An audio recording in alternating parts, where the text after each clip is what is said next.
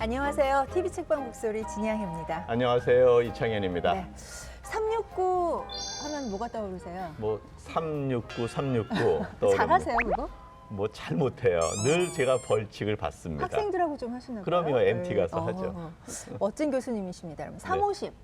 350 알죠? 아세요? 우리, 네, 네. 김영란법 해서 3 식사비, 네. 선물 5만 원, 네. 경조사비 10만 원 이런 건데요. 정작 김영란법 출범 시작이 된 지가 한 1년이 지났는데 네. 그 기본적인 취지는 사람들이 기억을 잘 못하는 것 같고요. 이런 숫자만 기억하는 게 아닌가라는 생각도 듭니다. 그렇습니다. 이 법을 직접 제안한 김영란 전 대법관은 지난 1년을 어떻게 돌아보고 있을까요? 오늘 저희가 소개해 드릴 책에 담겨 있는 내용일 것 같습니다. 영상으로 먼저 오늘의 주인공 소개해 드리겠습니다. 상품을 고르다 보니까 5만 원짜리 많이 오시는데 그분들이 지금은 많이 전적 손님들 많이 떨어져 안 오시고. 커피 한 잔 들고 가는 것도 하지 말라고 하시더라고요.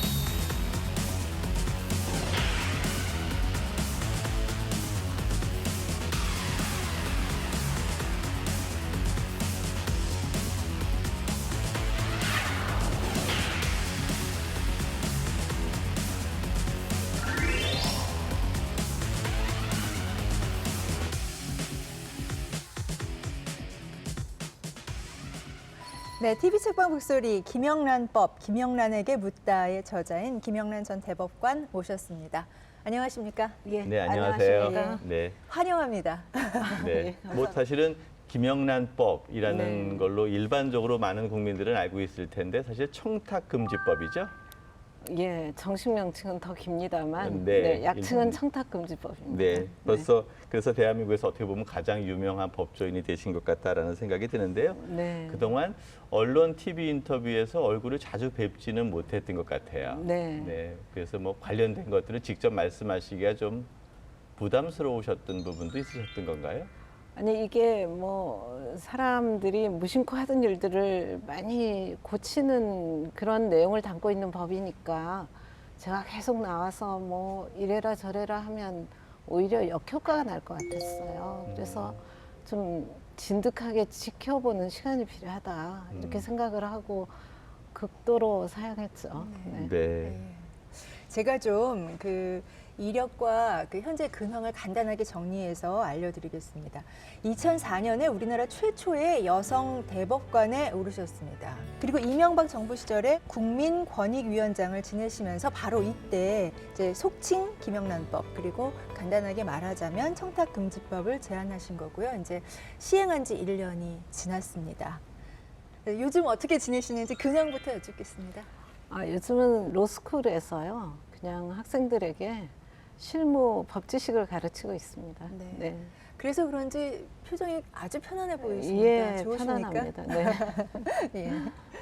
이 책이 보니까 경향신문 이범준 법조팀장과의 네. 대담을 다룬 책이더라고요. 네, 네. 근데 이제 시점이 보니까 법 시행에 1년을 즈음해서 말씀을 하시게 되는 결과를 가져온 것 같아요. 네, 거기 맞춰서 만들었습니다. 네, 그래서 한 네. 1년쯤 지나서 이쯤 돼서 한 말씀 그 하시고 싶은 특별한 이유가 있으셨는지.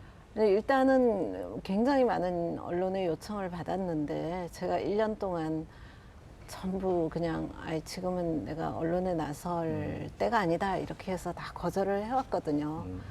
그러니까 뭔가 제가 좀 정리해서 얘기를 하긴 해야 되겠다 이런 생각을 하게 되었고 그 시점으로 한 1년 정도가 적당할 것 같다.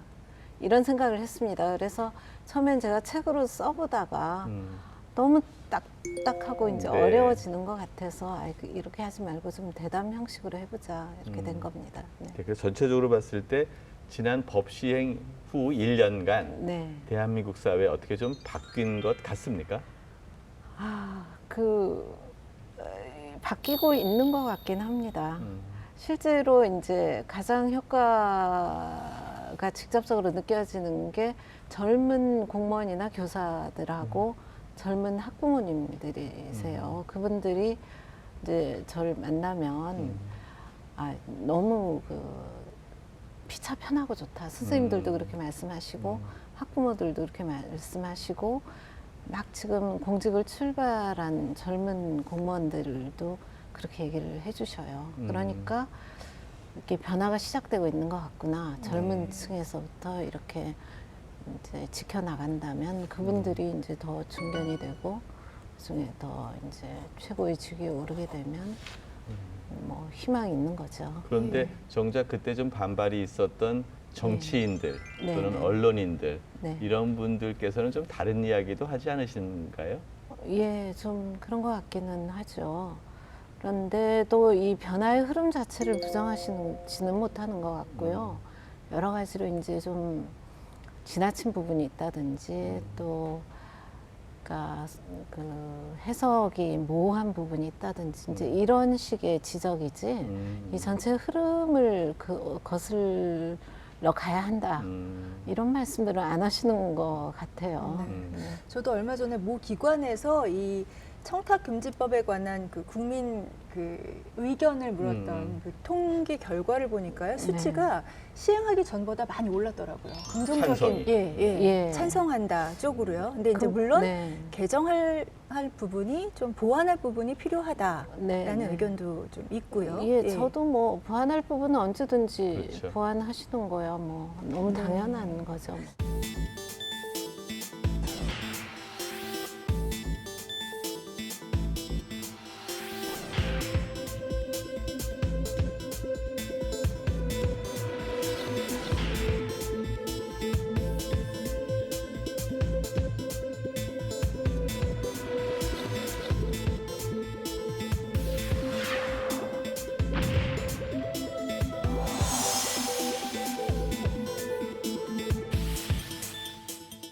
이 책을 읽다 보니까 취지가 이런 거구나. 취지가 네. 참 잘 설명이 돼 있다라는 생각이 들었고 그래서 책을 중심으로 좀 그런 것도 여쭙고요. 그리고 사실 이게 만들어진 원안에서 뭐가 달라졌는지 네. 그것도 좀 궁금하고 이게 왜 달라졌는지 뭐 그런 것도 좀 궁금하고요. 이제 판사 대법관을 퇴직하고 임기가 만료되어서 그만두고 나서 권익위원장으로 가게 되었는데요. 권익위원장의 대표적인 업무가 우리나라의 부패 정책을 만드는 겁니다. 그래서 여러 가지 막 그 세계에서 좋은 정책은 다 갖고 하고 있긴 했어요.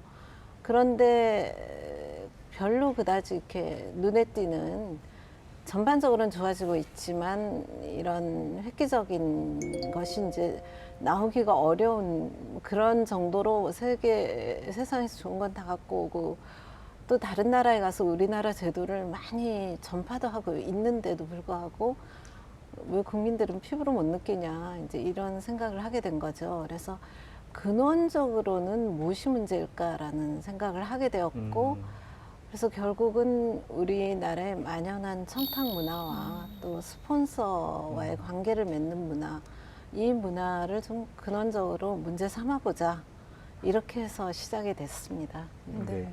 책을 보면 판사들은 사실 법 훈련을 받은 사람들이잖아요. 예. 그래서 이게 법에 어긋나는지 안 어긋나는지를 판단하는 집단인데 네. 그런데 네. 사실 주변에서 보면 판사는 이제 검사와 비교해서도 네. 조금 더 깨끗하고 독립적이고 자율적이고 그래서 청탁에는 좀 더 좀 자유로울 수 있겠다라고 생각을 할 수 있는데 그런 판사님들도 청탁에서는 자유롭지 못했던 우리의 청탁 문화가 있었던 것 같아요. 네. 그래서 이런 것들이 만들어진 것이겠죠. 그래서 저도 이제 경험을 많이 했는데요. 일단 앞부분에 판사가 법에 대한 선택을 하는 것과 윤리에 대한 선택을 하는 게 조금 차이가 있는데 법이란 것은 한 나라의 도덕이나 윤리를 전부 법으로 규정하는 건 아니고 그 중에서 정말 딱 법으로 그렇죠. 규정할 최소한의 것만 하는 네. 거니까 그 위반은 이제 판사들이 판단을 하라는 이제 소명을 받고 있는 것인데요. 그런데 윤리라는 건 개인적으로 굉장히 그 문화적인 것과 개인적인 경험과 이 환경과 이런 데 많이 좌우가 되고 있어서 판사들 개개인마다 조금씩 다를 수도 있는데 그것에 대한 어떤 기준이 없기 때문에 어떤 판사들은 정말 가까운 사람의 청탁도 단호하게 거절을 하지만 어떤 판사들은 그 청탁하시는 분이 굉장히 어려운 사이이신 분이 청탁을 하면 단호하게 거절을 할 수가 없어요. 그러니까 이게 판사들조차 참 어려운 문제니까 일반 공무원들은 더 어렵죠. 그래서 뭔가 명확하게 이것은 이러할 때 이런 방식으로 거절을 하십시오 라는 걸 명확하게 법에다 넣어주면 그 다음에는 거절하기가 쉬워지겠구나. 이제 그런 식으로 제가 생각을 한 네. 겁니다. 네. 그 책에 거절할 수 있는 자유라고 표현을 하셔서 예, 그 말이 예. 진짜 확 네. 와 닿기도 그게 했습니다. 정말 가장 강력한 동기였습니다. 네. 네. 일종의 가이드라인도 될 수 있는 거죠. 예, 예. 네. 제가 늘 얘기하지만 이제 일종의 행동 강령인 그렇죠. 거죠. 네, 네. 정식 법의 명칭이 아까 상당히 길다고 하셨잖아요. 예. 제가 제대로 한번 소개해 드리면 부정 청탁 및 금품 등 수수의 금지에 관한 법률입니다. 예, 예. 예. 그러니까 수수할 게 금품 말고도 참 많은 거죠. 금품 등이라고 한 거죠. 그래서. 그렇죠. 네. 네. 근데 제가 이 이제 법이 만들어지고 인터뷰하셨을 때 네. 그 전문은 다 못 읽었지만 큰 타이틀로 이렇게 신문에서 뽑은 걸 봤어요. 네. 김영란법이라고 불리는 게 참 불편하다. 그렇게 아. 안 불렸으면 좋겠다 네. 하셨던 게 기억이 나는데요. 네, 네.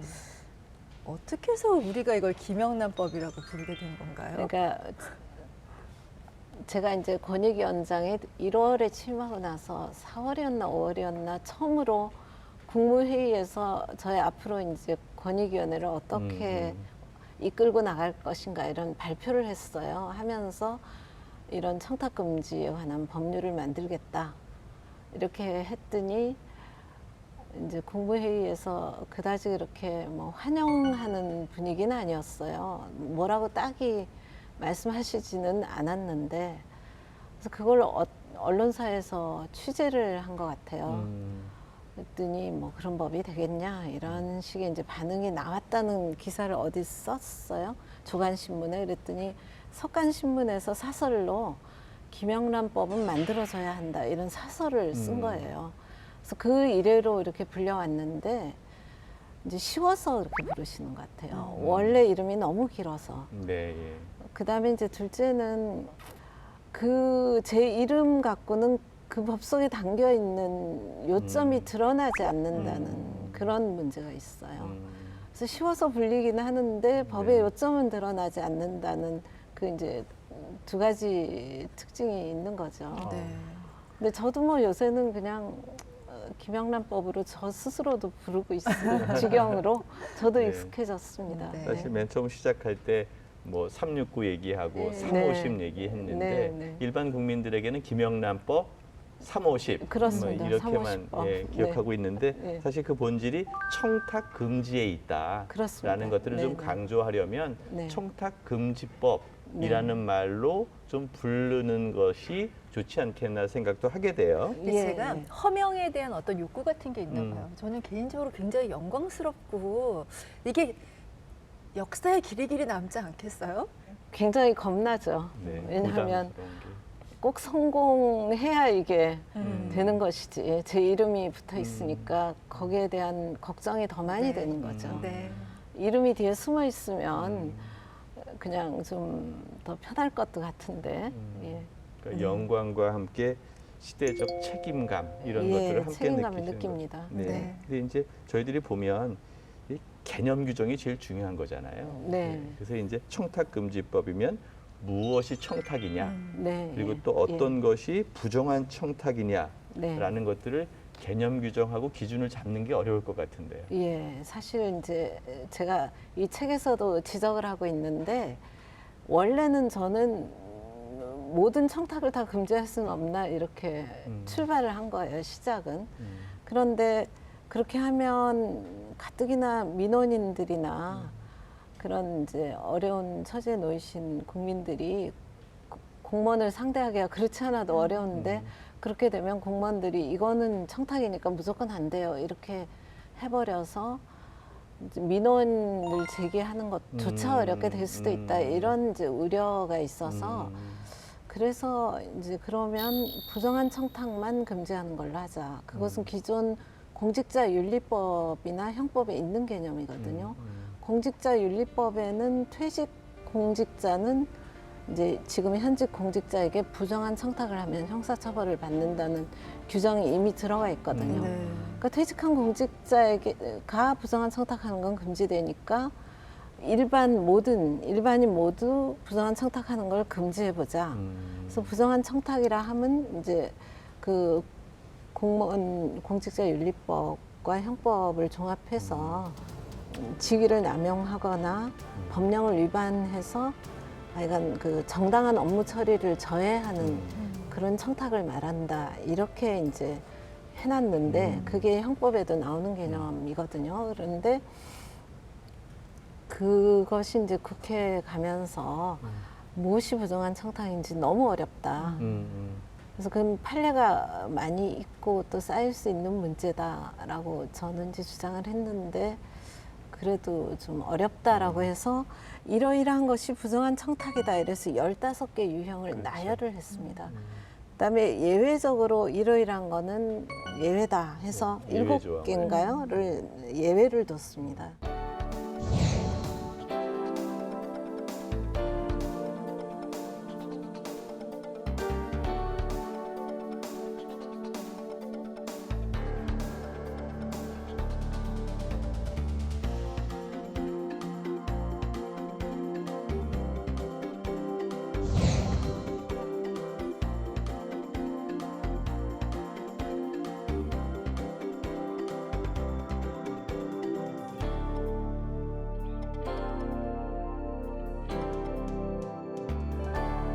개념은 굉장히 범위를 제한하는 데는 성공했을지 모르는데 우리가 감각적으로 부정한 청탁 같은데 이게 이 법에서 규율하는 부정한 청탁인지를 알려면 조문을 들여다봐야만 되는 거죠. 조문만 들여다봐도 알기 어렵게 그래서 오히려 더 좀 복잡하고 어렵게 네. 만들어놨다. 네. 그게 사실 제가 약간 유감으로 생각하는 부분이고요. 정리가 필요한 부분이라고 생각을 합니다. 네. 근데 국회의원은 적용 대상이 아니라고 알고 있는데요. 그게 이거 이제 예외 설명 좀- 사례를 나열하면서 국회의원이나 이 시민단체가 공익의 목적으로 민원을 전달하는 행위는 부정청탁이 아니다. 요 조문이 공익을 하나. 목적으로. 네, 예, 공익을 목적으로 민원을 전달하는 행위. 근데 실은 저는 그런 건 넣지 않고 뭐 제도 개선을 한다든지 어떤 민원인이 민원을 갖고 왔을 때 그 사람의 개인의 민원을 해결해 주는 게 국회의원은 아니잖아요. 그 민원에서 오는 여러 가지 문제점을 들어서 제도 개선을 하고 입법을 새로 하고 이런 걸 하는 게 이제 국회의원의 업무니까 저는 그 정도면 충분히 국회의원의 업무는 보호된다라고 생각을 했는데 그게 이제 국회의원들 입장에서는 그 국회의원 업무를 수행하는데 좀 원활하지 않을 수 있겠다 이렇게 염려하신 것 같아요. 그래서 직접 그냥 민원을 전달하는 행위 자체를 물론 공익을 목적으로 뭐 사익을 목적으로 하시지는 않겠죠. 네. 그렇게 해서 그거를 넣어놓으신 거예요. 그래서 국회의원이 이 법에서 전체적으로 다 빠진 것처럼 이렇게 홍보가 돼가지고 난처해 하셨지만 그것만 빠져 있습니다. 사실 네. 굳이 그거를 안 집어넣어도 충분히 국회의원의 그런 민원인과의 여러 가지 그 국회의원 업무와 관련된 행위들은 보호될 수 있는 것이었는데요. 더 좀 명확하게 보호받으시려고 넣으신 것 그렇죠. 같긴 해요. 아무래도 네. 법을 만드는 사람들이 국회의원이다 보니까 네. 그런 면에서는 좀 그래- 더 방어막을 많이 친 거겠죠. 네, 그래서 비난을 좀 자초하신 것 같아요. 네. 근데 전체적으로 다 빠진 건 아니라는 아니니까. 점. 네. 네. 예. 또 일반 국민들은 전체가 다 빠졌다고 해서 많이 분노했는데 예, 사실은 그게 네. 아니라는 점이고요. 네, 또 하나가 그렇습니다. 이제 네. 문제를 일으킨 또는 좀 갈등 요인이 있었던 게 언론 부분이었던 것 같아요. 네, 네. 갑자기 언론인이 들어갔어요. 그러면서 네. 언론사에서 많은 반발이 있었고 이런 네. 게 어떻게 보면 정치권에서 언론인을 넣음으로써 이 법을 좀 무력화시켜 보려고 했던 것 아니겠느냐 이런 얘기도 좀 들렸던 것 같아요. 그러니까 제가 이제 그 통과 당시에는 권익위원장도 아니었고 저도 이제 언론 보도를 통해서만 알게 되는 입장이었는데요. 사실 이제 KBS하고 EBS는 처음부터 이 법의 적용 대상이었어요. 원래 그 전부터 공무원 행동 강령의 적용 대상이었거든요. 네.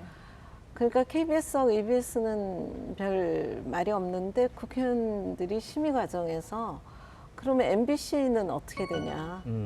그러면 뭐 그런 이제 SBS는 어떻게 되냐? 뭐 이런 식의 같은 방송사고 같은 일을 하는데 왜 KBS는 적용이 되고 MBC는 적용이 안 되냐? 이렇게 문제가 되기 시작했어요. 그래서 그럼 언론사를 다 집어넣자 이렇게 되신 거래요. 근데 언론사를 다 집어넣으면 이 법이 법사위를 통과하지 못할 것이다라는 음모론적인 시각도 있었다고 해요. 네. 근데 저는 뭐 그건 알 수 없고 그럴 리는 없을 것이다라고 생각을 하고요. 근데 저는 오히려 그래서 네. 노이즈 마케팅이 돼서 일반 국민들은 네. 아 이거 진짜 이런 거 필요한 거 아니야? 라는 생각을 예. 더 했을 수도 있겠다 생각하더라고요. 그래서 언론인들도 음. 더 이상 반발하기 어려웠던 것 같아요. 네.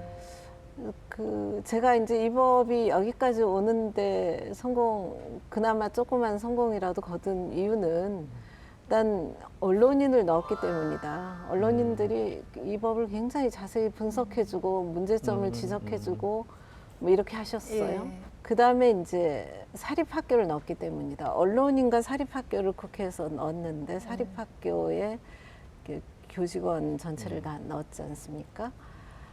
그랬더니 이게 전체 학부모들에게 적용되는 법이 돼버렸습니다. 전체 학부모, 전체 교사. 원래 그전엔 공립학교까지만 적용됐는데 그 두 가지가 이 법의 파급 효과를 엄청 키웠고 그래서 사람들이 피부로 이 법의 효과를 느끼게 되었던 네. 것인데 그 두 가지는 다 제가 애초에 만든 게 아니다. 기획한 건 아닌데. 예, 제가 전혀 한 게 아니고 국회의원들이 넣으신 거다. 네. 그래서 그게 참 이 법의 재미있는 점이다. 네.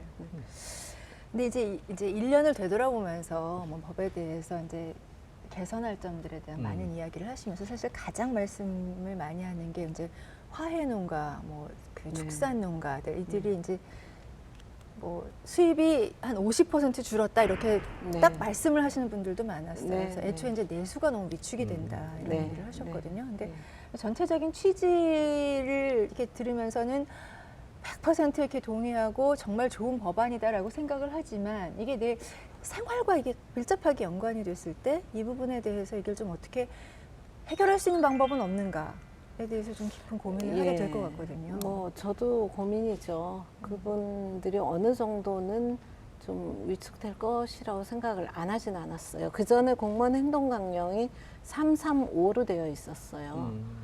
근데 그거를 이제 언론인하고 사립학교까지만 넓힌 거거든요. 그래서 그때도 이제 그 공무원 행동 강령을 좀 엄격하게 시행하겠다라고 했더니 좀 일부 화훼 농가나 이런 분들이 항의 방문도 하시고 하셨었어요.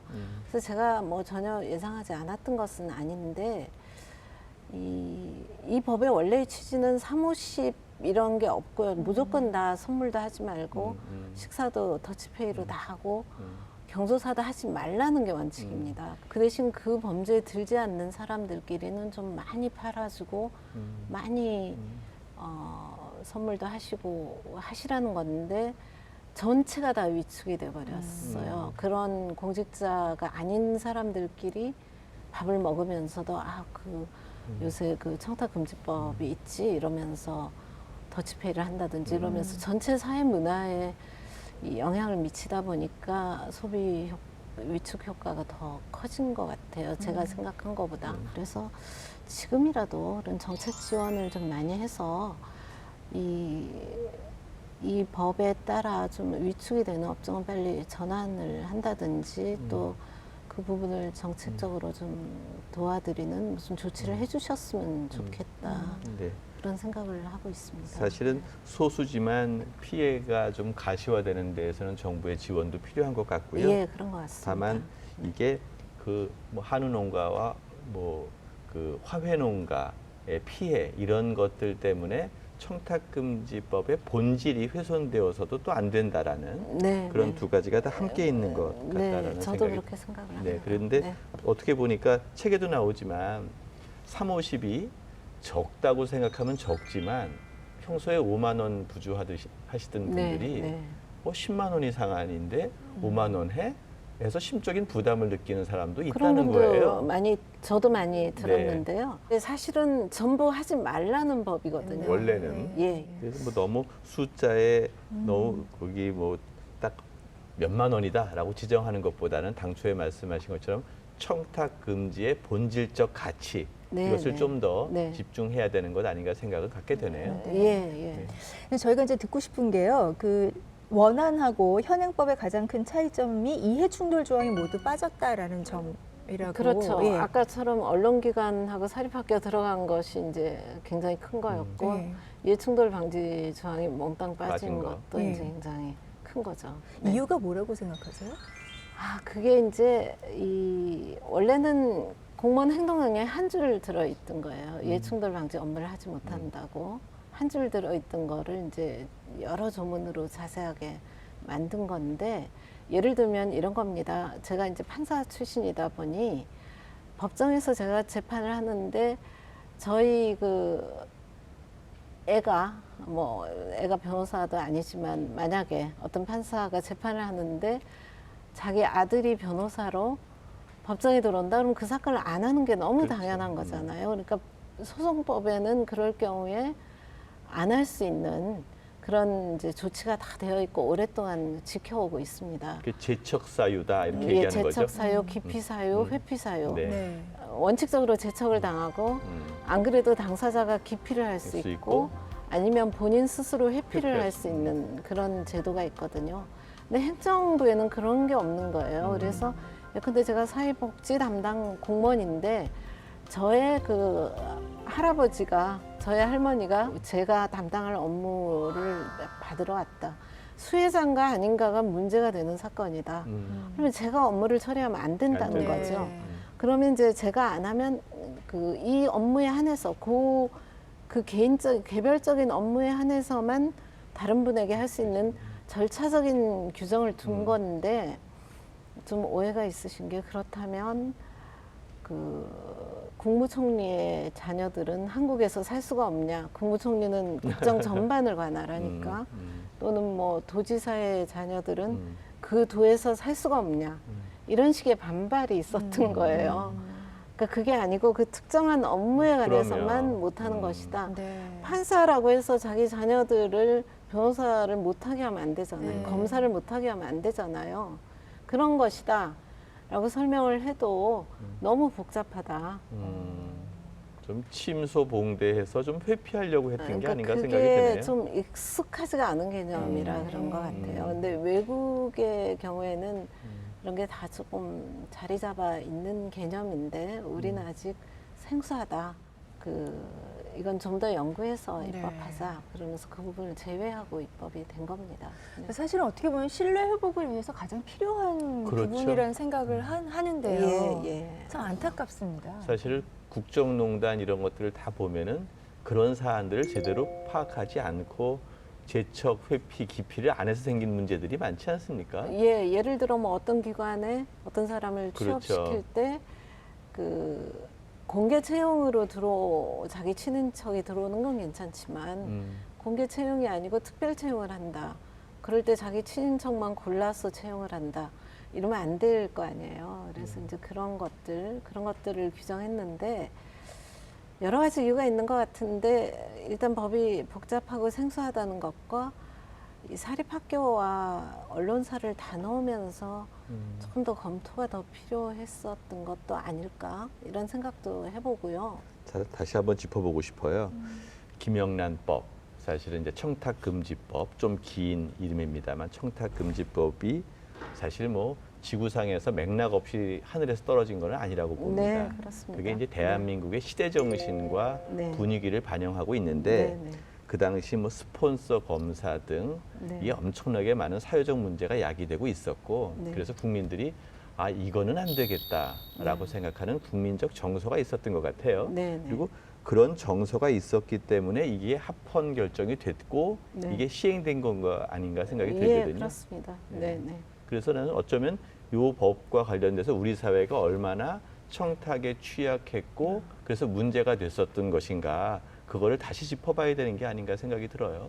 네, 사실 저희 그러니까 농촌 공동체 문화였잖아요. 그렇죠. 그러니까 그 공동체 의식이 강하고 공동체에서는 정말 어려운 일을 서로 품앗이로 다 돌봐주고 하던 문화였잖아요. 그렇죠. 그러니까 그런 의식이 우리한테 남아 있는 겁니다. 굉장히 좋은 거죠. 그게 이제 정의 문화라는 네, 거죠. 맞습니다. 그런데 우리가 산업화가 막 급격하게 진행이 됐는데 우리들의 그 정의 문화는 그대로 있고 도시로 와서 다 이제 농촌 공동체에서의 이 네트워크는 다 끊어졌고 이런 상태였어요. 그러니까 이제 뭐 학연, 혈연, 지연으로 해서 관계를 이제 새로 만드는 가운데 그 관계를 어떤 면에선 태어나면서 관계가 만들어졌는데 산업화가 되면서 돈으로 관계를 사는 문화로 바뀐 거죠. 근데 우리는 그게 정의 문화다라고 여전히 생각하고 있었던 거죠. 그래서 그런 걸 언젠가는 좀 고리를 끊어야 되는 부분이 있었기 때문에 제가 이 법을 제안해냈고 그거를 다 지지해 주신 것 같습니다. 네. 청탁금지법이 통과된 배경에 이제 세월호 참사가 자리하고 있다는 내용이 책에 네, 실려져 네, 있는데요. 네. 직접 좀 어떻게 된 건지 이 배경을 좀 소개해 그러니까 주세요. 사실 저는 법을 제안을 했지만 사람들이 아무도 모르는 법을 어느 날 딱 통과시켜서 시행하면 그건 참 문제거든요. 그러니까 이 법이 5년 있다가 시행될지 10년 있다 시행될지 모르지만 5년, 10년 동안 계속 사람들의 뇌리에서 사라지지 않게 하는 게 중요하다. 그 사람들의 문화를 이제 그런 법도 제한되고 했는데 우리도 좀 바뀌어야 되지 않을까라고 조금이라도 생각해 주면 성공이다. 사실 이렇게까지 생각하고 있었는데 세월호 사건이 나고 나서 모든 그 공무원과 민간업자 등을 간의 유착관계라든가 이런 게 다 문제가 되기 시작했어요. 우리 사회의 그런 네트워크를 형성해서 뒤에서 이루어지는 이런 불공정한 관행들이 전부 문제로 되기 시작하니까 이 법이 다시 부상을 하게 되었습니다. 거의 죽어가는 법을 네. 세월호 사건이 살렸다고나 할까요? 그래서 지금이라도 이 법을 통과시키자. 그렇게 해서 서둘러서 통과된 것으로 알고요. 그러니까 서둘러서 통과되면서 이해관계 충돌 방지 부분은 너무 복잡하니까 이 부분은 떼고 들어가자. 그렇게 된 것으로 저는 알고 있습니다. 네. 사실 세월호 언급을 하셔서 이 법이라는 게 그냥 시대적인 산물이고 사회의 변화와 끝없이 조응하고 있구나라는 생각도 네, 가져요. 또 그래야만 하는 거고요. 네, 예. 그래서 이제 우리 사회에 이제는 청탁금지법이 필요한 시점이 됐다. 네, 이렇게 네. 보시는 것 같은데요. 저는 박근혜 최순실 게이트에 대해서 한번 생각해 보고 싶어요. 만약에 이 법이 몇 년 전에 통과돼서 우리 사회에 청탁 문화를 어느 정도 규율할 수 있었다면 박근혜 최순실 게이트가 어느 정도는 조금 그렇게 여지가 적지 않았을까라는 기대도 해봐요. 그게 워낙 예외적인 맞습니다. 사실 너무 예외적인 사건이라서 딱 그렇게 제가 이 책에서도 뭐 여러 가지 각도로 이제 그 게이트를 분석은 했습니다. 그런데 그 예외적인 사건을 뭐라고 말하기는 참 어렵지만 정말 그 많은 공무원들 중에 적어도 몇 분들은 이것은 안 됩니다라고 말하는 분들이 더 많이 나올 수는 있지 않았을까. 네. 또 이제 나중에 뭐 입증하기 어려운 여러 부문의 처벌도 조금 더 수월하지 않았을까. 그 중에 일부 뭐 꼭 그 형법이 걸리지 않는 부분도 처벌은 좀 더 할 수 있지 않았을까. 이렇게 네. 두 가지 면으로 볼 수 있을 것 예. 같습니다. 그러니까 뭐 이게 뇌물죄냐 아니냐 아니면 그게 뭐 이렇게 적용을 시키는 것이 청탁금지법에 있었다면 훨씬 더 조금 수월할 수월하게. 수 있죠. 그 대신 이제 양형은 굉장히 낮지만요. 네. 근데 이제 그게 더 중요하진 않고 노라고 말하는 공무원들이 조금 더 많지 않았을까. 예, 예. 노라고 말할 수 있는 말해야만 근거. 하게 되어 있으니까요. 네, 네. 안 하면 처벌받게, 자기도 처벌받게 돼 있으니까. 청탁금지법 관점에서 보면 기업도 마찬가지인 것 같아요. 이 네. 정경유착에 관해서도 네, 보면 네, 이제 네. 지금 이제 삼성전자 그렇습니다. 부회장인 그렇죠. 이재용 씨의 경우에는 강요에 의한 피해자다라고 주장을 계속 하고 그렇습니다. 있는데요. 예, 예. 잠깐 이제 언급을 했지만 음. 거절할 수 있는 자유, 네, 네. 정확하게 이 법이 예, 예. 보장해 주는 거잖아요.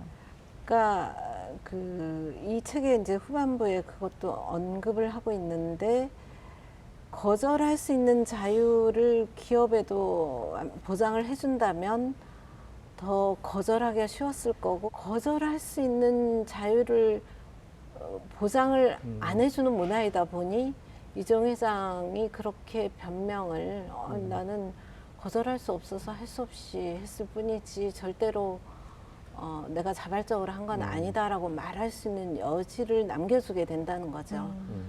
그러니까 거절할 수 있는 자유를 준다는 거는 꼭 공직사회뿐이 아니라 그렇죠. 모든 우리 사회 전반적으로 굉장히 필요한 것이다. 그런 얘기를 이제 뒷부분에서 제가 하고 있습니다. 네. 아, 여쭤볼 게 참 많습니다. 네. 묵직묵직해서요. 저도 한번 여쭤보고 싶은 네. 게 하나 있는데요. 네. 이게 자꾸만 개인들 뭐 350해서 네, 네. 어떤 사립학교 교사들 카네이션 받는 거 문제되고 예, 사실 네. 이런데 정작 고위층들은 네. 뭐 골프 치고 뇌물 예, 받고 네. 이러면서도 직무 관련성 없다고 다 풀려나고 이러니까 국민들 법 감정이 네. 이게 김영란법이 서민 불편하게 하는 거고 정작 잡아야 될 것은 못 잡는 거 아니냐 이런 생각도 갖게 되는 것 같아요. 네. 그래서 최근에 이제 공수처 이야기도 네, 나오는 네, 건데 예, 예. 어떻게 생각하세요? 그러니까 그런 비판을 하시는 분들도 많이 있었어요. 그런데 사실 우리나라의 형법이나 특정범죄 가중처벌법 이런 게 굉장히 엄격하게 돼 있어요. 그러니까 고위층이 어느 정도 이상의 뇌물을 받으면 정말 엄하게 처벌을 받을 수가 있어요. 그러니까 뇌물인지 아닌지 모호한 영역에서 처벌을 하기 위해서 이제 이 법이 들어왔고요. 그러니까 이제 좀 고위층들도 처벌할 수 있는 여지가 넓어졌고요. 근데 이제 이 법은 아까부터 얘기했지만 고위층을 처벌하는 법이 아닌 건 사실입니다. 공직을 출발하면서부터 금품을 받지 말고 청탁을 받지 말아라라는 거를 내면화 시키면서 쭉 고위공무원으로 성장하게 만드는 법인 거죠.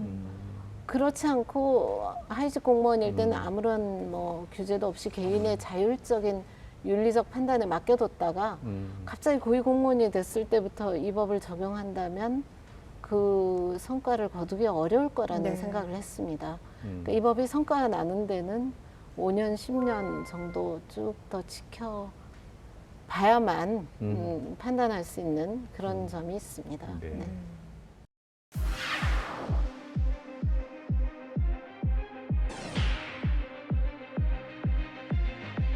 법무부가 고위공직자 범죄수사처, 즉 공수처 신설을 위한 자체 방안을 이번 내놨습니다. 문재인 정부가 추진하는 일단 검찰개혁의 핵심 가운데 검찰개혁의 하나입니다.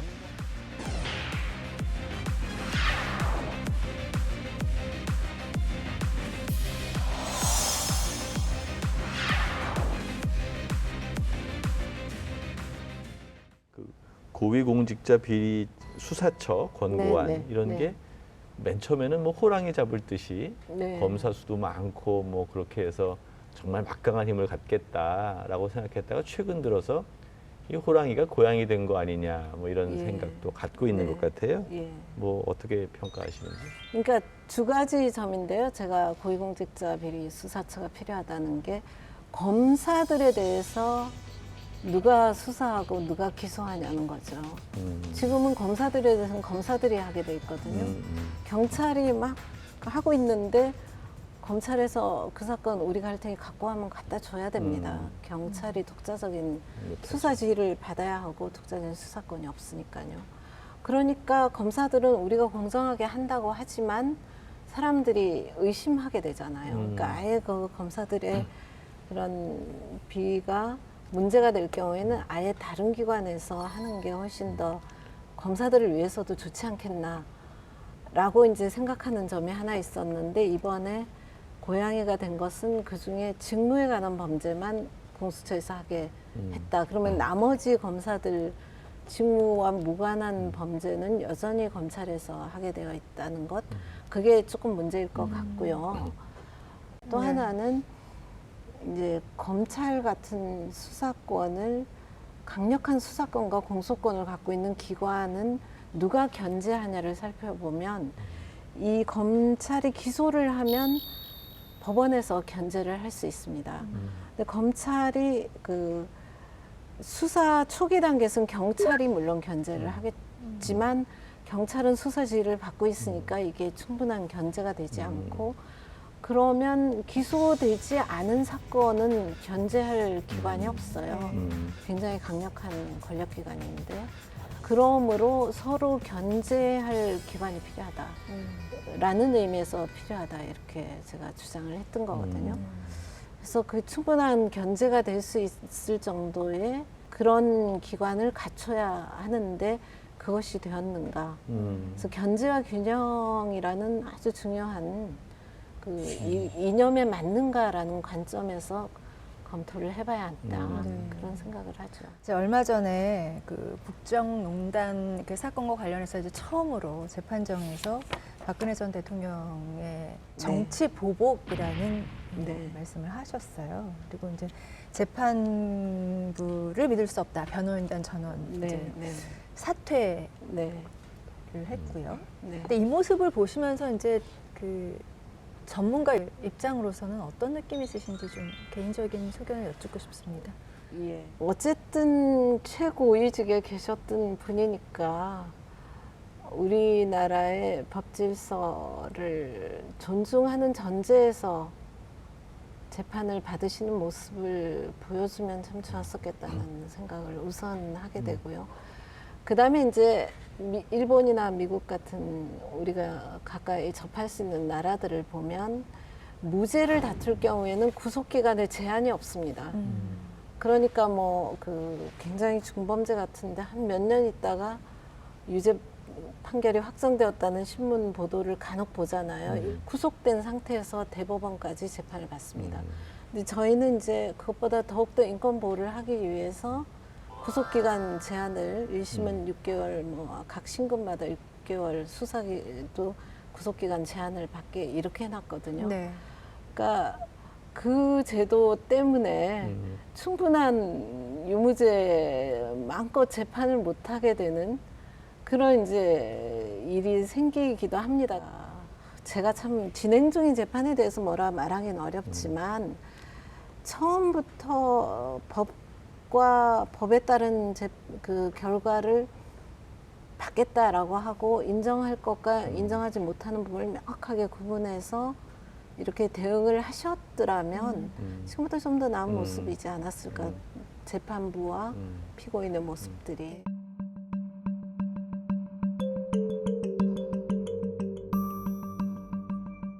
청탁금지법이 지향하는 사회는 격차의 간격을 좁히는 사회, 중요한 사회적 자본인 신뢰가 자리 잡은 사회입니다. 청탁금지법이 있다고 해서 격차가 말끔히 사라지고 신뢰가 굳건해지는 건 아니겠지요. 다만 법이 요구하는 투명성을 지키고 엘리트 간의 결탁을 어렵게 함으로써 격차가 벌어지고 신뢰가 바닥으로 추락하는 것을 늦추어 갈 수는 있지 않을까요? 그 방법만이 우리 앞에 놓인 미로를 빠져나가게 하는 아리아드네의 실은 아닐는지요. 제 마지막 그 에필로그에서 네. 인용하신 것 같습니다. 네. 이 문단만으로도 뭐 이 법의 취지가 어떤 걸 담고 있는지 네. 충분히 이해할 수 있는 그런 내용이라는 예, 생각을 합니다. 예, 감사합니다. 이제까지 청탁금지법이라는 게 대한민국의 어떤 시대적 상황 속에서 만들어진 네. 법이고 그래서 네. 많은 국민적인 여론의 지지를 받고 있고 또 이것이 합헌인지 아닌지에 대한 여러 가지 논의가 있었지만 결국은 이제는 자리를 잡은 것 같아요. 조금씩 수정의 필요성들은 있지만 네. 그럼에도 불구하고 그 법정신, 청탁을 금지하는 법정신은 유지됐으면 좋겠다라는 생각을 갖게 되고요. 저희들이 늘 방송 마지막에 드리는 말씀이 있습니다. 교수님 가슴에 오랫동안 남는 인생의 한 규절이 있다면 어떤 걸까요? 예, 많이 생각을 했는데 사실 늘 수첩에 끼고 다니는 기절이 있는데요. 12세기의 수도사인 휴고 오브 세인트 빅토르라는 사람이 하신 말씀이고 이거는 오리엔탈리즘이라는 책에서 인용되고 있는 기절인데요. 완벽한 사람은 온 세상을 낯선 것처럼 느끼는 사람이다 이런 겁니다. 그러니까 늘 타자가 되어보는 그런 세상인 거죠. 다른 사람의 입장이 되어보고 낯선 곳에서 어떤 창의적인 깨우침도 가져보고 오리엔탈리즘이란 게 이제 서양의 시각으로 오리엔트를 보는 데 대한 따끔한 일침을 하는 그런 책이거든요. 에드워드 사이드. 네네. 그래서 이것은 타자 어디에 가든 타자로서의 감각을 가지고 세상을 살아보자는 것으로 저는 이제 받아들이고 늘 가지고 다니고 있습니다. 네. 그 말씀을 담고 그동안 법조인으로서 활동을 하셔서요. 따뜻한 판결을 많이 하신 법조인으로 국민들에게 기억이 되는 게 아닌가 하는 생각을 해봅니다. 네. 역치사지 뭐 이런 느낌과도 같은 맥락일 수 있겠네요. 그렇습니다. 오리엔탈리즘이란 네. 단어에서 오는 바로 그걸 담고 있는 것입니다. 네. 예, 오늘 TV 책방 북소리 김영란법 김영란에게 묻다 오늘 저자 김영란 전 대법관을 모시고 말씀 나눴습니다. 오늘 어렵게 자리해 주시고요. 또 쉽게 이해할 수 있도록 많은 이야기 나눠주셔서 감사합니다. 예, 감사합니다. 초대해 주셔서. 고맙습니다. 네, 감사합니다. 네. 네. 이게 가시는 저희가 배웅하면서요. 상당히 좀 무겁게 느끼는 책임감에 어떤 조금 가벼움을 드릴 수 있지 않을까 해서 제가 소개드리려고요. 네. 김영란법은 우리 건강에 좋다라는 제 기사를 봤어요. 그래요? 다이어트에 도움이 혹시 되나요? 보셨습니까? 아니요, 못 봤는데. 한 사회의 부패 지수가 심할수록 국민들이 느끼는 우울감도 비례해서 증가한다고 합니다. 맞아요. 네, 네. 부정부패가 결국 국민들의 정신 건강까지 좀먹는다는 얘기인데요. 청탁금지법이 우리 국민들의 행복 지수를 좀 높여줬으면 하는 바람입니다. 오늘 저희 이렇게 인사드리겠습니다. 고맙습니다. 네, 감사합니다.